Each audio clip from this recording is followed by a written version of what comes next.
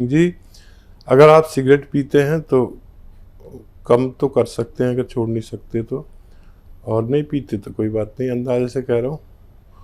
और पीपलें लें अपने किचन से, पीपलें पीपलें आती हैं, आपको नहीं पता होगा तो आपके घर में जो फीमेल्स हैं उनसे पूछना गरम मसालों पीपलें क्या होती हैं। आधी पीपल रोज़ाना चबा के खाएं और गर्म पानी पिएं 5 बार। ये अमल करेंगे तो आपको बहुत आसानी से फ़ायदा मुमकिन है।